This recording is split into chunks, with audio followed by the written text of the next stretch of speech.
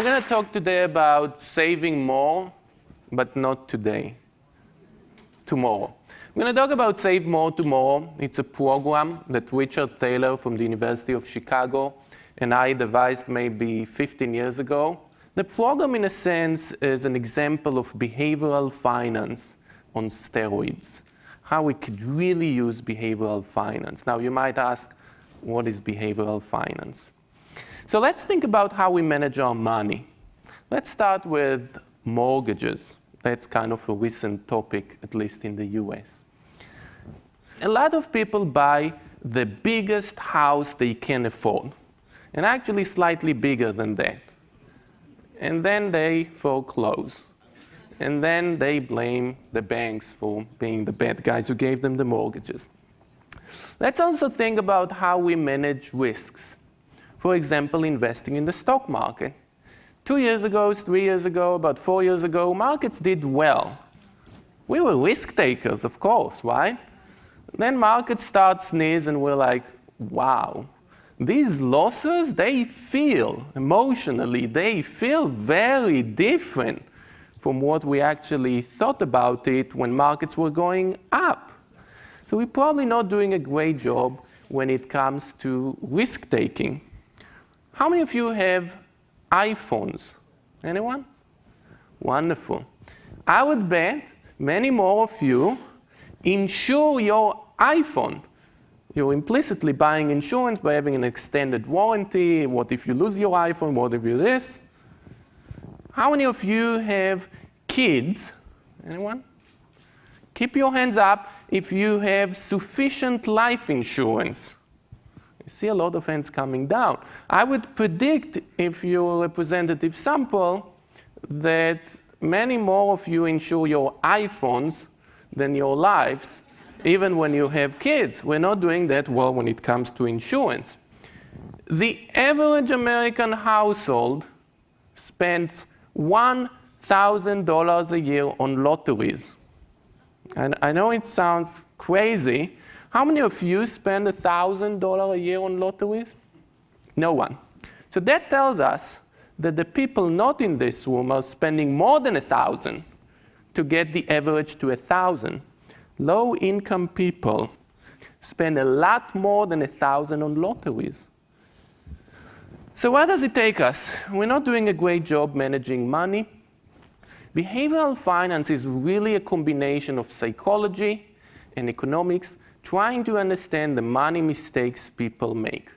And I can keep standing here for the 12 minutes and 53 seconds that I have left and make fun of all sorts of ways we manage money. And at the end, you're going to ask, how can we help people? And that's what I really want to focus on today. How do we take an understanding of the money mistakes people make and then turning the behavioral challenges into behavioral solutions? And what I'm going to talk about today is Save More Tomorrow. I want to address the issue of savings. We have on the screen a representative sample of 100 Americans. And we're going to look at their saving behavior. First thing to notice is half of them do not even have access to a 401k plan. They cannot make savings easy. They cannot have money go away from their paycheck into a 401k plan before they see it, before they can touch it.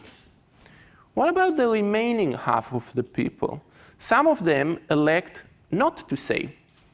They're just too lazy. They never get around to logging into a complicated website and doing 17 clicks to join the 401k plan. And then they have to decide how they're going to invest in their 52 choices, and they never heard about what is a money market fund, and they get overwhelmed and they just don't join.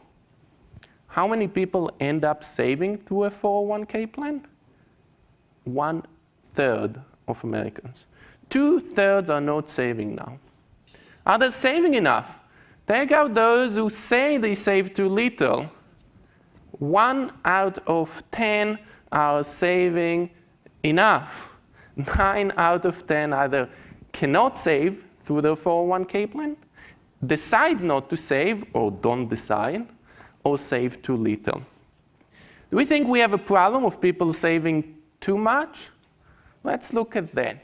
We have one person, well, actually we're going to slice him in half because it's less than 1%. Roughly 0.5% of Americans feel that they save too much.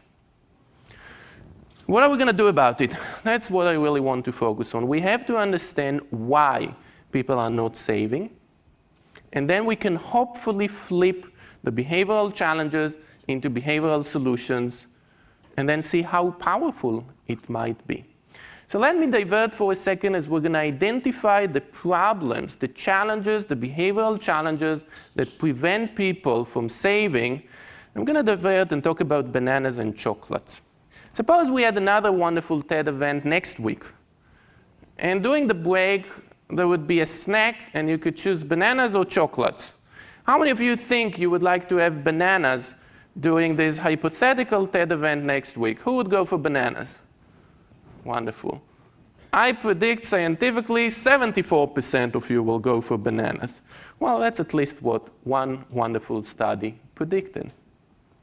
And then count down the days and see what people ended up eating. The same people that imagined themselves eating the bananas ended up eating chocolates a week later. Self-control is not a problem in the future. It's only a problem now when the chocolates is next to us. What does it have to do with retirement savings, this issue of immediate gratification, or as some economists call it, present bias? We think about saving, we know we should be saving, we'll do it next year, but today let us go and spend. Christmas is coming, we might as well buy a lot of gifts for everyone we know. So this issue of present bias causes us to think about saving but end up spending. Let me now talk about another behavioral obstacle to saving having to do with inertia, but again, a little diversion to the topic of organ donations. Wonderful study comparing different countries. We're going to look at two relatively similar countries, Germany and Austria. And in Germany, if you would like to donate your organs, God forbid something really bad happens to you, when you get your driving license or an ID, you check the box saying, I would like to donate my organs. Not many people like checking boxes. It takes effort. You need to think. 12% do. Austria, neighboring country, slightly similar, slightly different. What's the difference? Well, you still have choice. You will decide whether you want to donate your organs or not. But when you get your driving license, you check the box if you do not want to donate your organ. Nobody checks boxes. That's kind of too much effort. 1% check the box. The rest do nothing. Doing nothing is very common. Not many people check boxes. What are the implications to saving lives and having organs available? In Germany, 12% check the box, 12% are organ donors, huge shortage of organs, God forbid if you need one. In Austria, again, nobody checks the box, therefore 99% of people are organ donors. Inertia, lack of action, what is the default setting if people do nothing, if they keep procrastinating, if they don't check the box is very powerful. We're going to talk about what happens if people are overwhelmed and scared to make their 401k choices. We're going to make them automatically join the plan, or are they going to be left out? In too many 401k plans, if people do nothing, it means they're not saving for retirement if they don't check the box. And checking the box takes effort. So we chatted about a couple of behavioral challenges. One more before we flip the challenges into solutions having to do with monkeys and apples. No. This is real study, and it's got a lot to do with behavioral economics. One group of monkeys gets an apple, they're pretty happy. The other group gets 2 apples, one is taken away, they still have an apple left. They're really mad. Why have you taken our apple? This is the notion of loss aversion. We hate losing stuff, even if it doesn't mean a lot of risk. You would hate to go to the ATM machine, take out $100, and notice that you lost one of those $20 bills. It's very painful, even though it doesn't mean anything. Those $20 might have been, a quick lunch. So this notion of loss aversion kicks in when it comes to savings too. Because people mentally and emotionally and intuitively frame savings as a loss because I have to cut my spending. So we talked about all sorts of behavioral challenges having to do with savings eventually. Whether you think about immediate gratification and the chocolates versus bananas, it's just painful to save now. It's a lot more fun to spend now. We talked about inertia and organ donations and checking the box. If people have to check a lot of boxes to join a 401k plan, they're going to keep procrastinating and not join. And last, we talked about loss aversion and the monkeys and the apples. If people frame mentally saving for retirement as a loss, they're not going to be saving for retirement. So we've got these challenges. And what Richard Thaler and I were always fascinated by, take behavioral finance, make it behavioral finance on steroids or behavioral finance 2.0 or behavioral finance in action, flip the challenges into solutions. And we came with an embarrassingly simple solution called save more, not today, tomorrow. How is it going to solve the challenges we chatted about? If you think about the problem of bananas versus chocolates, we think we're going to eat bananas next week. We think we're going to save more next year. Save more tomorrow invites employees to save more maybe next year, sometime in the future, when we can imagine ourselves eating bananas, volunteering more in the community, exercising more, and doing all the right things on the planet. Now, we also talked about checking the box and the difficulty of taking action. Save more tomorrow makes it easy. It's an autopilot. Once you tell me you would like to save more in the future, let's say every January you're going to be saving more automatically. And it's going to go away from your paycheck to the 401k plan before you see it, before you touch it, before you get the issue of immediate gratification. But what are we going to do about the monkeys and loss aversion? Next January comes and people might feel that if they save more, they have to spend less. That's painful.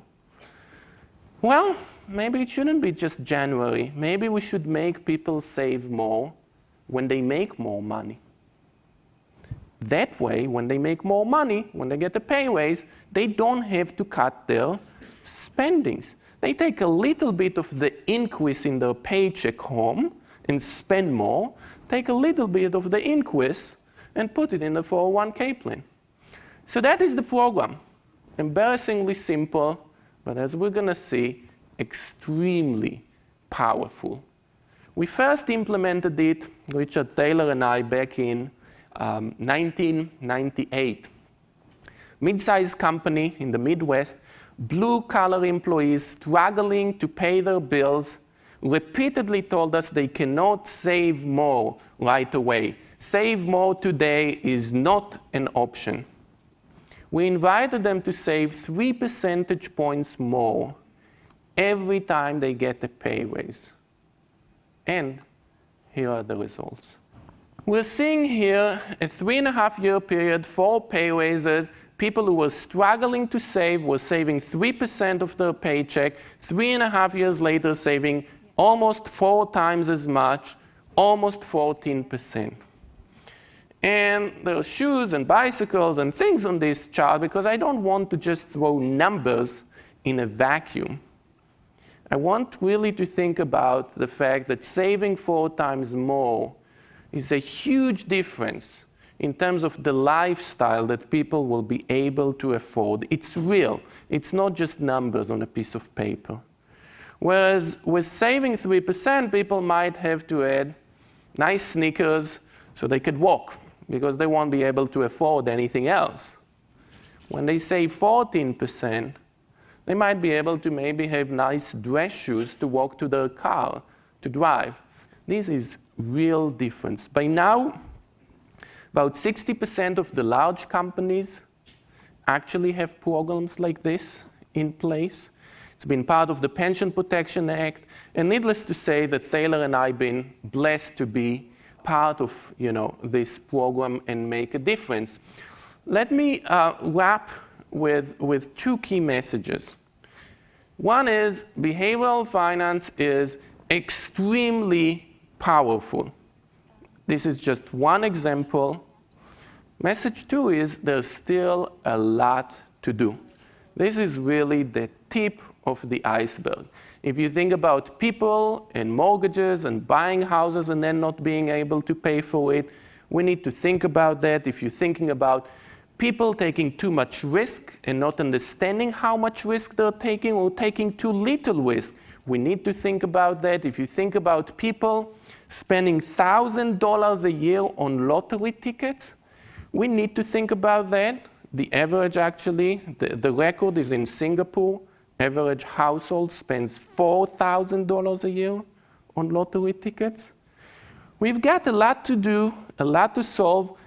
Also, in the retirement area, when it comes to what people do with their money after retirement. One last question. How many of you feel comfortable that as you're planning for retirement, you have a really solid plan when you're going to retire, when you're going to claim Social Security benefits, what lifestyle to expect, how much to spend every month so you're not going to run out of money? How many of you feel you have a solid plan for the future when it comes to post-retirement decisions? 1, 2, 3, 4. Less than 3% of a very sophisticated audience. Behavioral finance has a long way. There's a lot of opportunities to make it powerful again and again and again. Thank you.